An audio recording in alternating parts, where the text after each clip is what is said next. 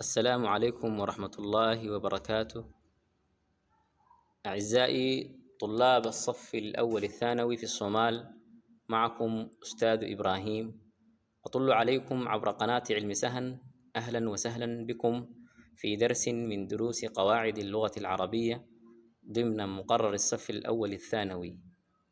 أرددا شرفت له سود وادا مقعي هو إبراهيم أحمد محمد وكمل معلمين الصوماليات. عشر كان عنوانك سحوية الكلمة المعربة والكلمة المبنية. أنا كم هي عشر رضا لغة عربية كم إذا بوق اللغة العربية جلاس كفوم 1 وأنا قيبت قواعده. marka ardayga raba inuu buuga muqarrarka la socdo page-ka waxa la soo baxaysa konton iyo 8 ciwaanka halka ku qoran iyo ciwaanka halka ku qoran waa isku mid al-kalimatu al-mu'raba wal kalimatu al-mabniya. ciwaankeenu waa sidaas aynu guda galno insha Allah. tusaalayaasha kugu qoran buuga hadaad u fiirsato laba qaybood buu qaybiyay. tusaalayaasha qaybta koowaad waa kuwan saddexdan weerood ba ku qoran. tusaalayaasha qaybta labaadna waa kuwan iyana saddex weerood ba kugu qoran. aynu ku horeyno tusaalayaasha qaybta koowaad saddex weerood baa noogu qoran aynu akhrino.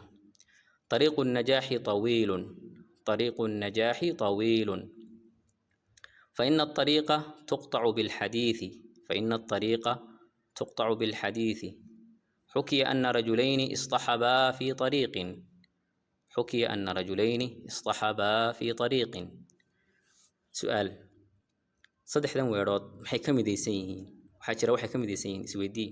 طبعا أنا kaaga jawaabaya laakiin isweydii ardayo waxay ka midaysan yihiin saddexdan weerood mid kasta waxaa ka mid ah kelimada طريق. tan waxaa ku jirta طريق weedhan waxaa ku jirta طريق. markay ku jirta weedha koobaad iyo markay ku jirta weedha labaad iyo markay ku jirta weedha saddexaad ma isku xaraka bal u fiirso maya isku xaraka maaha. طريق النجاح طويل markan way godan tahay. فإن الطريق تقطع بالحديث مركن ويكردغانته. حكي أن رجلين اصطحبا في طريق مركن نوي هوس دغانته. كلمة الطريق صدح ذن ويرود أي كل جرتو ما اسكو ميل بي ku jirtaa mise waxa kala duwan meelaha ay ku kala jirto way kala duwan yihiin طبعا. طريق النجاح طويل markan way ugu horeysaa hadii jumlo lagu bilowdo ismigaasina mu'rab yahay waxaa ka muuqanaya godaalkaas oo kale mubtada la dhahaa. weedha labaad kelimada طريقة waxaa ka horeeya waxay ka dambaysaa inna ka horeysa Soomaa saa darteed xarakada kordhiga qaata hadaad aragto inna kelimada ka dambaysa markasta way kordhigan tahay. weedha u dambaysa fiiri طريق maxaa ka horeeya ma labadii meelood hore la mid tahay maya la mid ma aha waxaa ka horeysa kelimada fi sidaa darteed hoos dhig ayay qaadatay.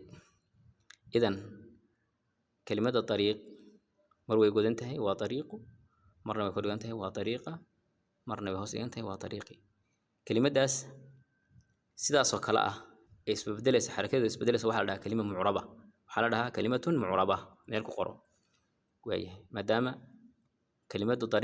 kelimada طريق ay isbeddeshay xarakadeedu sababtoo ah waxa isbeddeshay meeshay kaga jirtay jumlada. aynu qaybta labaad u gudubno. أهذا من حق الصحبة وحق العشرة أهذا من حق الصحبة وحق العشرة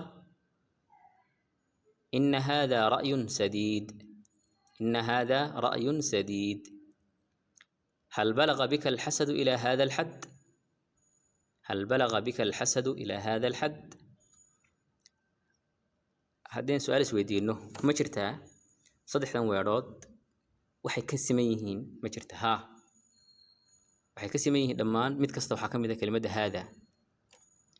weedha koobaad hada ba ku jirta weedha labaadna hada ba ku jirta weedha saddexaadna hada ba ku jirta.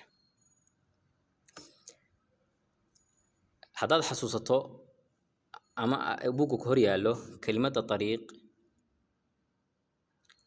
iyo kelimada hada meelaha ku jiraan waa isku mid.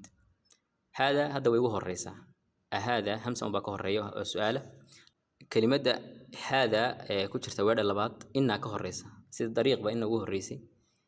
كلمة وارد صدحات كتشرت هذا وحكاه الرئيسة إلى وايح تي طريقنا وحكاه الرئيسي في أوكي محركة كم موقتها هذا اسويدي تصالياشا صدح ذا هذا وح حركة ما كم مقطع صدح ذا ويراد مرة كترته حركة ذو ميس بدل شيء سؤال اسويدي ما اسمه بدلين في هذا إن هذا إلى هذا ما دام هذا اسم اسبدلين وحال أورانيا وكلمة مبنية يدو حدنا لبدلي ماشي كجرتي جملة كستا أما وير كستا حدنا حركة ذي اسم بدلين سادرتي وحال لها كلمة مبنية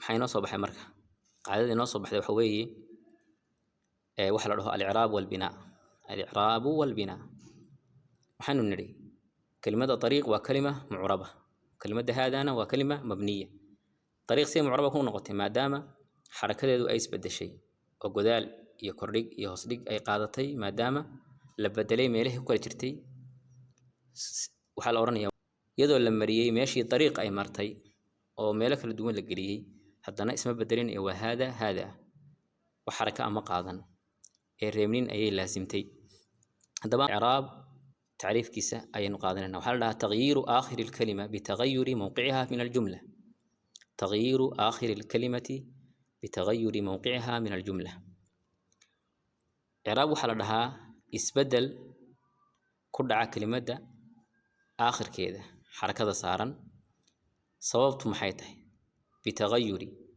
sababtu waxa weeye isbedelka ay u isbedelay mawqi'iha meesha ku jirtay min al-jumlati jumlada kaga jirtay okay isbedelka ku dhaca kelimada xarakadeeda marka la bedelo meesha ku jirtay ee jumlada kaga jirtay baa i'raab la dhahaa binaa maxaa la dhahaa marka thubutu dabdi aakhir al-kalima kelimada aakhirkeeda xarakada saaran oo sugnaata meel istaagta aan isbedelin mahma taghayyara mawqi'uha min al-jumla si kasoo isu bedelo meesha ay kaga jirto jumladu macnaha si kasoo isu bedelo meeshii ay ku jirtay oo kelimadii meel kale loo geeyo kelimadaas xarakadeedu isbedeli mayso waa sida kelimada hada oo kale tan waxa tusaale u ah tariiq oo kale muhiim ah inaan kala ogaano laba arrimood markaan leenahay kalima mu'raba iyo kalima mabniya waxaanu la jeednaa kelimada laftigeeda